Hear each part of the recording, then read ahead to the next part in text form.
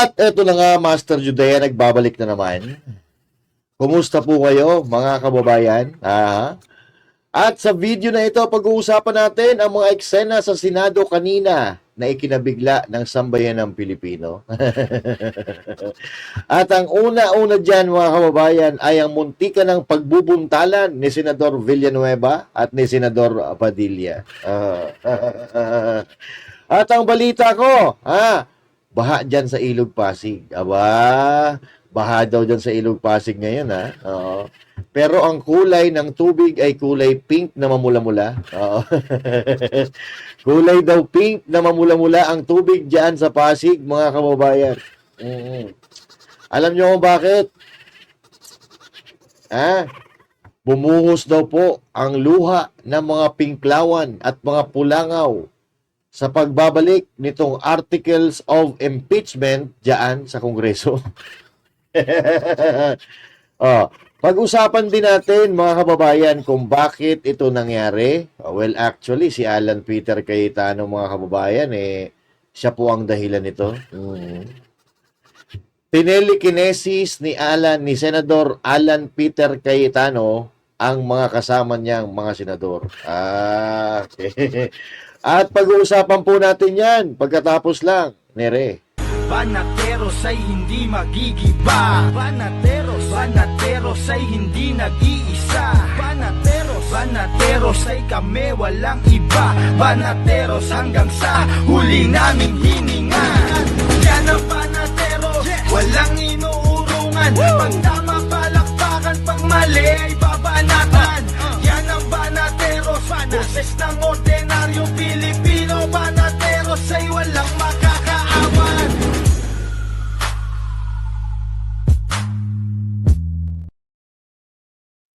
At ayun na nga, magandang araw Luzon, Visayas, Mindanao at sa mga kababayan nating OFW, mga immigrants sa iba't ibang panig ng mundo. Magandang araw po sa inyong lahat at syempre huwag kakalimutan mag-like, mag-share at mag-subscribe para lahat po tayo ay maligaya. Yon. Oy, kumusta na mga pinklawan?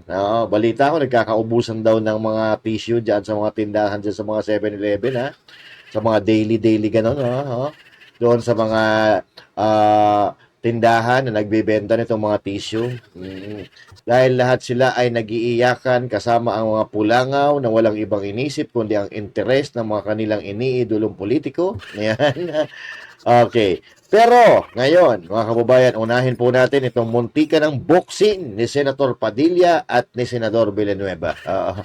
Medyo tumaas po ang tensyon dahil sa sagutan ng dalawa at mamaya pag-uusapan natin kung ano ang dahilan.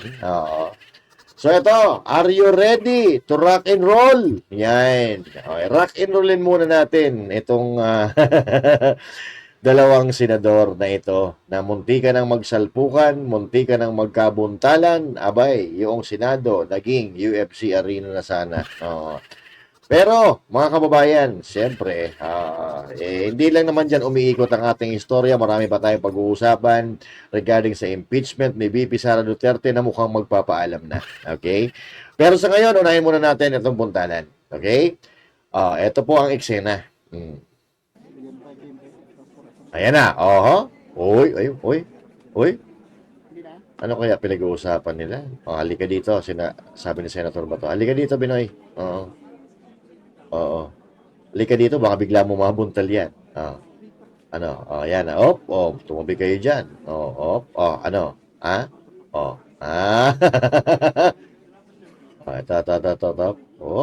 Ano? Halika dito. Halika dito, iho. Okay na. Oo. Okay, ayan. Mainit talaga si, Senator Padilla. Ayan. Mainit. Si Senator Cayetano mukhang na-stress na mukhang kailangan kong gumawa ng milagro dito para mawala ang gulo na ito. The members so mentioned well taken. Okay, wait lang. Huwag muna kayo magbati. Ayan, mga kababayan. Okay. Mabati agad Wala pa kang salpukan Up. Oh. Oh, ayan na, ayan na, ayan na. Oh, ay, putya, nauuhaw. Nauuhaw si Senator Villanueva. Mukhang nanuyo yung lalamunan na. Mukhang ninervyos ata na mabuntan niya na ni Senator Padilla, mga kababayan. Oh. So, ang tanong dito, saan po nagsimula itong bangayan na ito? Kanina po kasi, no, habang nagpi-privilege speech itong si Senator Bato de la Rosa, ay panayang side comment nitong si Villanueva. Dahil kontra po siya doon sa motion ni Senator Bato na i-dismiss ang impeachment case laban kay BP Sara Duterte. Okay? Tayo, ang mga kababayan, I understand, no? Tayo, we understand the side of Senator Bato de la Rosa na gusto niya ipatigil yung impeachment ni BP Sara Duterte dahil higit sa lahat, mas kilala niya yung mga Duterte, di ba? Matagal siya nagtrabaho sa mga Duterte. So, ibig sabihin nito, mas kilala niya ang mga Duterte kaysa sa atin. At alam niya na ang impeachment na ito ay aksaya sa oras, sa panahon, sa resources ng gobyerno. Kaya ito siguro ang dahilan ni Senator Bato de la Rosa para gumawa ng motion na itigil or i-dismiss na nga itong impeachment. Kasi alam niya sa sarili niya na yung binibintang kay BP Sara Duterte ay kasi kabulastugan po yun. Alam ni Senator Bato na kasinungalingan itong bintang kay BP Sara Duterte na maging tayo. Naniniwala naman tayo doon, mga kapatid, na tayo mga supporter. At malamang sa aking palagay ay ibang paniniwala ni Joel Villanueva, kaya nga sila nagsalpukan ni Senator Padilla. Sa ating mga supporters ng mga Duterte, alam na natin. Alam na natin itong nangyayari, na ito ay pamumulitika lamang at naniniwala tayo na yung bintang kay BP Sara Duterte at pati kay Pangulong Duterte, lahat ito ay walang katotohanan. Sold na tayo dun eh. Pero alalahanin din po natin, mga kababayan, na may mga taong hindi talaga babad sa politika. What I mean is, may pakialam sila sa isyung panglipunan, pero hindi sila masyado nanonood ng balitang politika dahil baka ayaw nilang ma-stress, ayaw nilang toxicity. At itong mga tao na ito, nagbabase lang ito sa finished product or yung resulta ng isyung panglipunan na kanilang sinusubaybayan. Gustong malaman, halimbawa, itong impeachment ni BP Sara Duterte, di ba? Alam nila na may nangyayaring impeachment, o may impeachment issue, alam nila na may binabatong issue kay BP Sara Duterte regarding dito sa confidential funds at sila, naghihintay na lang sila na magiging finished product or itong tinatawag natin na resulta nitong investigasyon o itong impeachment mismo. I understand the purpose of Senator Bato de la Rosa, pero dito sa mga taong ito na hindi babad sa politika, magiging palaisipan sa kanila kung halimbawa madidismiss itong impeachment laban kay BP Sara Duterte. At baka dumating sa punto, mga kababayan, na tumatak sa isip nila na itong mga senador na ito ay alagad ni Duterte, kaya na-dismiss ang impeachment case. At worst case scenario, iisipin nila na pinagtatakpan lang ng mga senador na ito yung katiwalian ni BP Sara Duterte, which is not good for the image of BP Sara Duterte. At sa ating mga Duterte supporters, ulitin ko, tanggap natin kung matuloy or hindi ang impeachment dahil sa isip natin, buo na eh. Buo na walang kasalanan si BP Sara Duterte at ito ay purely pamumulitika lang. E paano? Itong hindi mga masyadong tutok sa politika na naghihintay lang ng resulta. Diba? Unless, mapatunayan natin sa kanila na ang impeachment na ito ay pamumulitika lamang or ang impeachment na ito ay unconstitutional or yung paglalatag o yung proseso ay hindi sumunod sa batas. Diba? Kasi kung ang magiging resulta, yun ang pinagbabasihan. Itong mga kapatid nating Pilipino na sinasabi kong hindi babad or hindi tutok sa politika. Kaya nga ito napakaganda ng naisip ni Alan Peter Cayetano. Diba? Alam na natin na matalino talaga to si Alan Cayetano eh. No? At nakita niya doon sa motion ni Senator Bato de la Rosa na maraming kumukontra. Nagkagirian nga si Padilla at si Villanueva, di ba? Oh. Sa isip-isip siguro ni Senator Cayetano, Gagawa siya ng isang bagay. O, sabi niya, dito tayo sa isang bagay na pwede natin pagkasunduan, which is ibalik ang articles of impeachment dito sa Kongreso. Ha? At ito yon mga kapatid. Wait lang ha. Pakita natin. Articles of impeachment. Nasaan na yon? Wait lang ha. O ito. Panoorin po natin. Ha? O ito naman yung motion ni Alan Peter Cayetano na nagpaganda sa sitwasyon mga kababayan at pumabor kay BP Sara Duterte. Kumbaga, nilaro ni Alan Peter Cayetano yung mga senador. Kasi sabi niya, nag-aaway-away na tayo dito eh. Di ba? Baka mauwi pa sa kung saan itong dito sa plenaryo, itong pinag-uusapan natin. So, nakaisip siya ng paraan ngayon. Okay? O, ito po yun. Ay ibalik. No. Ibalik sa House at pasag, maybe I can state it, Mr. President, no?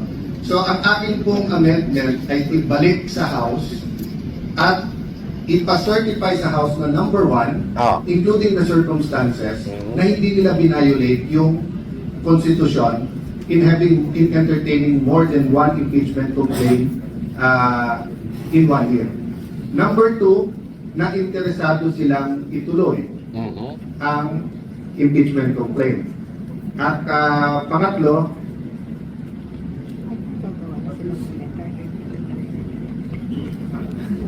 yung pangatlo, Mr. President, is really the judges noong 20th kung anong gusto nilang gawin. So nasa atin yun, hindi sa House, no?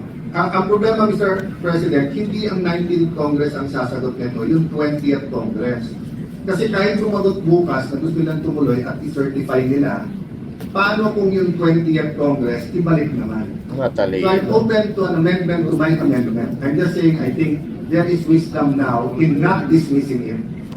And there's nothing lost na ibalik ito sa Kongreso at ayusin nila yung isasubmit sa atin. Re-reiterate ko yung sinabi ko po kahapon o nung isang araw.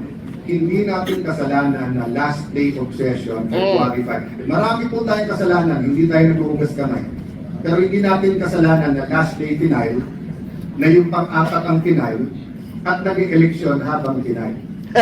So, that is why there is wisdom in remanding it rather than dismissing it or rather than ituloy natin bukas kasi walang nangyari. Just a last point.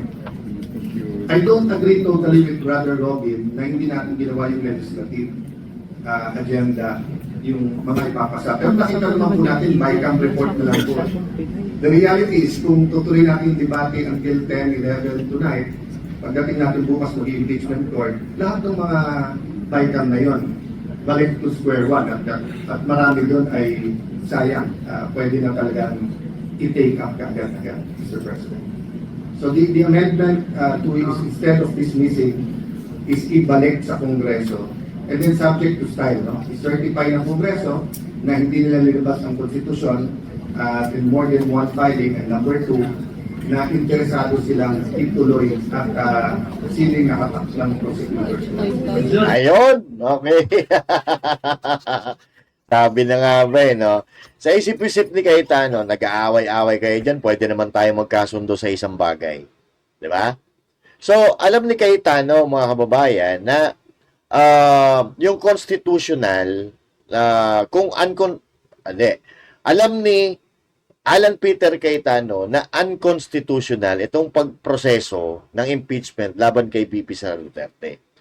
Dahil alam na natin yan na may una ng 3 na pinal na impeachment laban kay BP Sara Duterte, pero ang ikinaso nila or ang pinagpatuloy nila yung pang-apat na final, which is mali. Kasi dapat nakalagay po sa konstitusyon, kahit hindi po tayo abogado, nakalagay po doon sa konstitusyon at nabasa rin po natin na kapag may impeachment case or kapag may impeachment na kaso, ay ura-urada nila na aaksyonan yan. Pero bakit hindi inaksyonan yung una, pangalawa, at pangatlo? So doon pa lang maliwanag na may nilabag na batas or hindi sumunod sa tamang proseso ang Kongreso when it comes dito sa pagpa-file ng impeachment case. So, yun ang nakitang butas ni Alan Peter Cayetano. Oh, well, of course, hindi pa sumasagot ang ibang mga kongresista. Pero kanina, yung Pam Zamora, sumagot na po na hindi daw nila i-withdraw ang impeachment laban kay BP Sara Duterte. Pero, may dalawang kahilingan. Si Alan Peter Cayetano. Yun ay ang ipaliwanag ng Kongreso kung yun bang proseso ng pagpa-file ng impeachment ay nagawa nila ng tama. No. Hindi ba nila nilabag ang batas ng Pilipinas doon sa pagpa-file nila ng impeachment kay BP Sara Duterte? Okay? Una.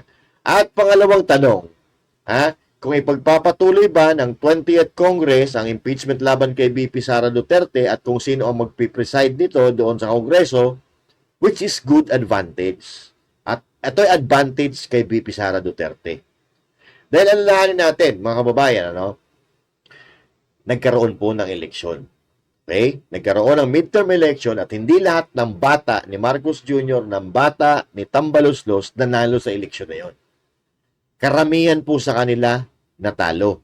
So, ibig sabihin, may posibilidad na yung ibang nanalong kongresista ay mapupunta sa panig ni BP Sara Duterte at sila ay kabilang na dito sa magko-question sa impeachment laban kay BP Sara Duterte. Pero ang pinaka-importante dito, mga kababayan, sa nangyayaring ito ngayon ay pabor kay BP Sara Duterte itong nangyayari. So, if I'm not mistaken, kung halimbawa matutuloy man ito at hindi i-withdraw ng Kongreso at madidepensa nila or maibibigay nila ang hinihingi ng Senado, which is yung dalawa, magkukonvene itong impeachment na ito, mga kababayan, siguro July na. Second week or third week of July, which is sapat na panahon para mapaghandaan ulit ng Duterte camp, ng kampo ni BP Sara Duterte kung ano yung mga aksyon at mga moves na gagawin nila or depensa dito sa impeachment laban sa kanya. 'Di ba? Dahil dito sa ginawa ni Cayetano, ayun, nagbati si Villanueva at si Padilla. At kung napapansin nyo, kung mapansin nyo, si Villanueva, umayon, bumoto ng oo na ibalik doon sa Kongreso yung articles of impeachment. So, everybody is happy. Di ba? Iba talaga to si Cayetano Iba si Cayetano. Matalino talaga. At ito, yung pagbabati ng dalawa, mga kababayan. Panoorin natin yung pagbabati ng dalawa. Nasaan na ba yun? Ito, nagbati yung dalawa Ayan galikan kayong dalawa dyan Pero palakpakan muna natin si Cayetano. Magaling itong move ni Cayetano So, marunong talaga tumiming. At actually, kung ako, hindi ko rin maiisip yun Pero, ito si Cayetano, abogado rin ito Kaya, siyempre, sharp ang utak niya.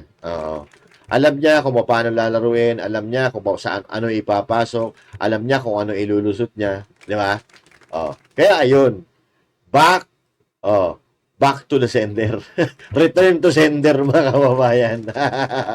Kaya ngayon, si Villar ang sarap ng ngiti ni Villar, pero may mga nalulungkot diyan. Lalo-lalo yung mga pinglawan. Nako po.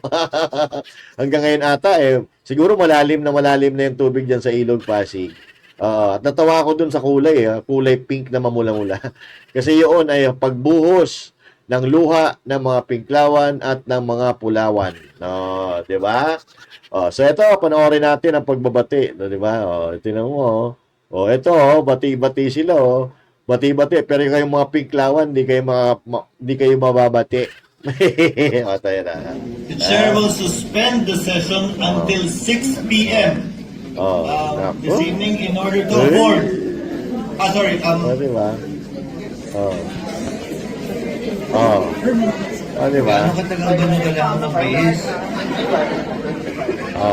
Alright. So, alam nyo mga kababayan, kahit hindi tayo kasali sa eksena na yan, kahit hindi tayo kasali, napakasarap panoorin na yung nag-aaway, nagbabate, di ba? Napakasarap panoorin. Pero, yung ano yung tao sa puso na pagbabate, hindi yung hihingi ka ng reconciliation tapos ayaw mo ng kondisyon. Bobo ka nun.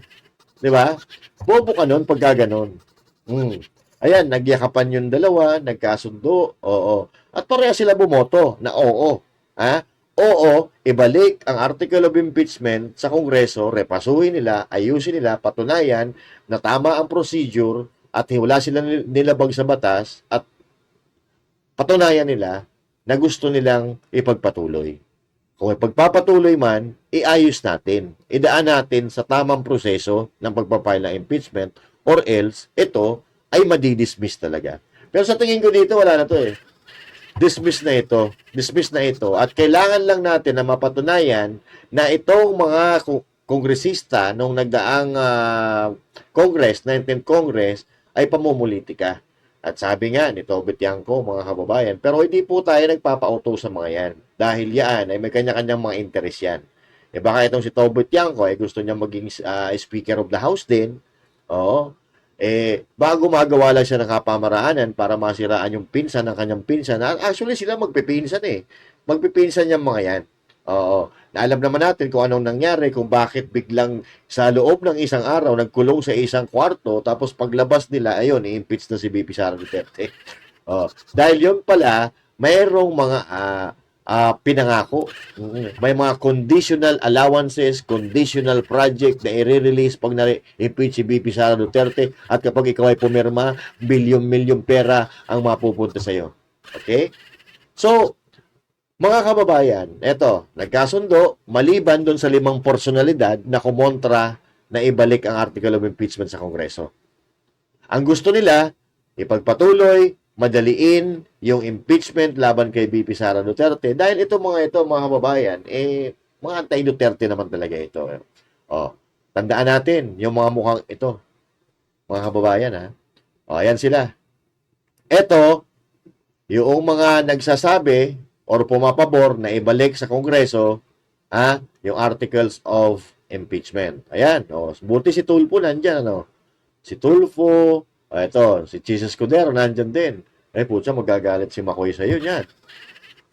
Ibinalik mo sa Kongreso, cheese. Or wala ka ng choice, kundi umayon sa nakararami. Pero, maliban doon, mga kababayan, sa mga kongresista na nabayaran, ito, yang 5 yan. Yang 5 po na yan, mga kababayan, ang hindi umayon. Okay? Kumbaga, gusto na ipagpatuloy, madiliin, tapusin na ang impeachment trial kay BP Sara Duterte para malaman na nila kung ano ipoposisyon nila sa mga susunod na panahon.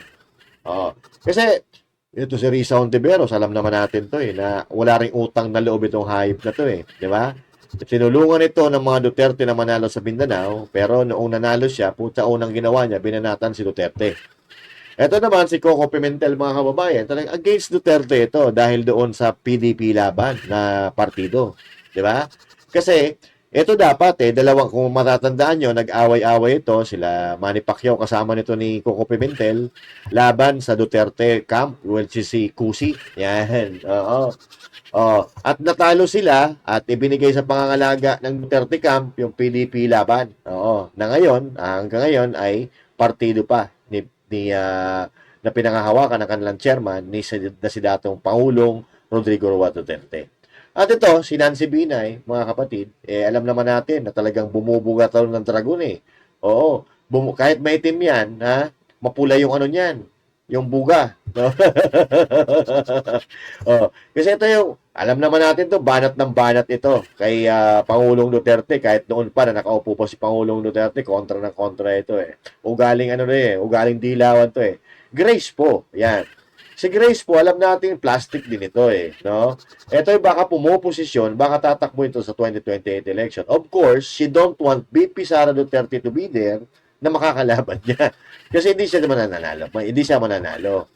Kaya siguro kumontra yan. So, she wants BP Sara Duterte out of politics para magkaroon siya ng kahit paano chance na manalo kung halimbawa tumakbo siya sa 2028 election. And of course, Sherwin Gatchalian, mga kababayan.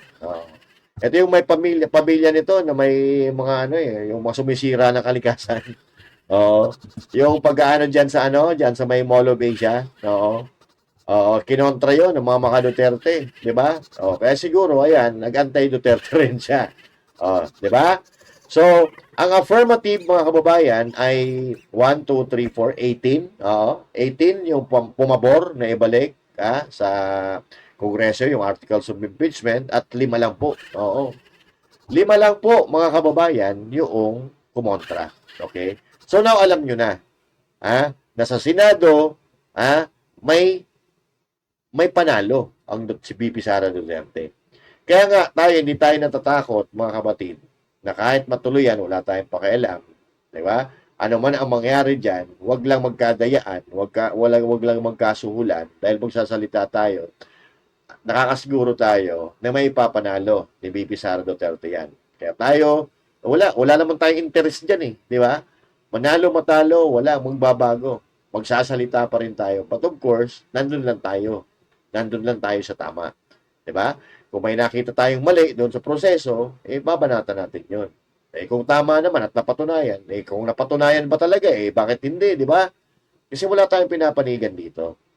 Ang importante lang dito, kaya kami, ng mga banatero, tanggap namin lahat ng mga consequences, kung ano man magiging resulta, dahil wala naman kami interest dyan eh. Di ba?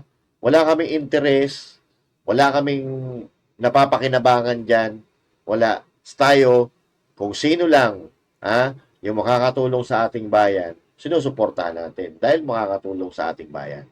Di ba? Oh, tandaan niyo po yung mga mukhang yan, mga kababayan. Baka iboto niyo pa yan, bulok na po yung mga yan. Oo. Oh. They know they know what's happening to our country, pero mas pinili nilang kumontra. Dahil ang totoo, mga anti-Duterte sila at meron silang mga interes sa kanya-kanya nilang politika. Oh.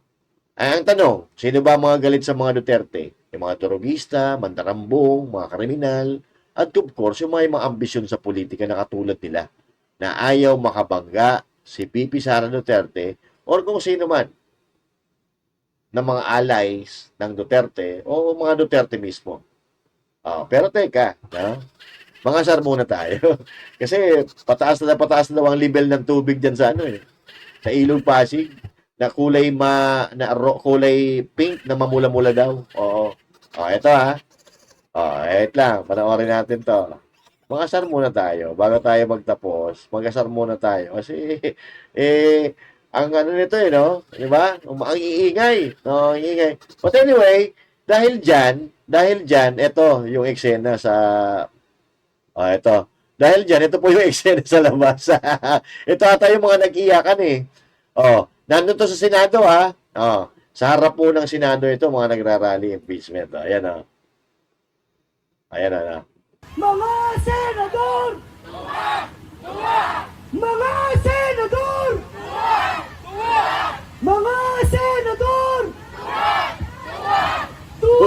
Duwag daw ang mga senador. Ilang mga to eh. Nagpapatawa tong mga ito magsusuntukan na nga duwag. Hindi lang umayon sa kagustuhan ninyong mangyari kaya duwag. Duwag! Duwag! Duwag! Alam nyo, kahit sumuka kayo ng dugo dyan, walang papansin sa inyo eh. Kayo na lang naman ang lulukuhan dyan eh. Di ba? Kayo naglulukuhan yan, ipinipilit nyo yung mga idol ninyo na maibalik sa estado. Di ba? Sa dating estado nila dati, na binigyan sila ng pagkakataon ng mga Pilipino, pero puro kapalpakan ang pinagagawa ng mga idolo nyo. Yung mga piklawan, mga dilawan, mahirapan na kayo niyan bumangon. Kahit ano pa ang sabihin nyo, wala naman niniwala sa inyo. Inilubog na nga kayo sa kubete. Di ba? Nilubog na kayo sa kubeta. So ngayon, mahihirapan talaga kayong bumangon. Lalo-lalo na nung nagkaroon ng Duterte administration na nilamon yung mga dating administrasyon when it comes to achievements, priorities, mga projects and all that. Lamon na lamon eh. Kaya nga, di ba, nung midterm election during the Duterte administration, wala nang lumusot sa inyo. Oh, wala nang lumusot na mga na dilawan, ha? Sa Senado. Wala na, di ba? Oh, sinwerte lang yan si Ontiveros. Sinwerte lang yan si Ontiveros dahil, niloko rin niya, ginamit niya rin yung mga Duterte. May paluhod-luhod pa, tulungan nyo naman ako, makapanalo din sa Mindanao. Tapos nung nanalo si Ontiveros sa buwakan ng inang yan, unang-unang binanatan niya si si Pangulong Duterte. Oh, kaya eto mga to, wala na to. Litisin! Oh. Litisin! Oh. Litisin! Tingnan mo kung gaano kabobo itong mga ito, no? Oh. Yung ibang mga politiko na bilyon-bilyon ang ninanakaw sa gobyerno, ang pinag-initan nila si Sara. Bakit? Si Sara kasi habang tumatagal na nandyan, palakas ng palakas, na darating sa punto, na kahit magsama-sama pa sila, kahit sabihin pa nila magsama-sama silang mga bagyo, hindi nila magugupo si Sara Duterte. Kasi ang lakas palakas ng palakas. Habang sinisira nila si VP Sara Duterte, lalong lumalakas. Kaya ito sa inyo, ito. Masar muna tayo. Wait lang wait lang. Nasaan na ba yun? Ito, panoorin nyo mga pinklawan. Uy, mga pinklawan. Mga pinklawan, panoorin nyo. Hindi pala ito. Hindi pala yan. Sana yun? Nawala na tuloy. Nawala na. Nasaan na? Wait lang. Baka natin sa taas. Hanapin natin. Ito pala. Panoorin nyo mga pinklawan nagtataasan sila ng kamay. Dr. Cayetano, as read and as you can see in the screens before you, please raise your hand. Yan ang dami nagtaas na kamay doon sa motion ni sa petisyon ni Alan Peter Cayetano. Ang dami ayan si Amy Marcos, Robert Padilla, ayun, sino mo ba yung mga nasa likod na yun? Ayan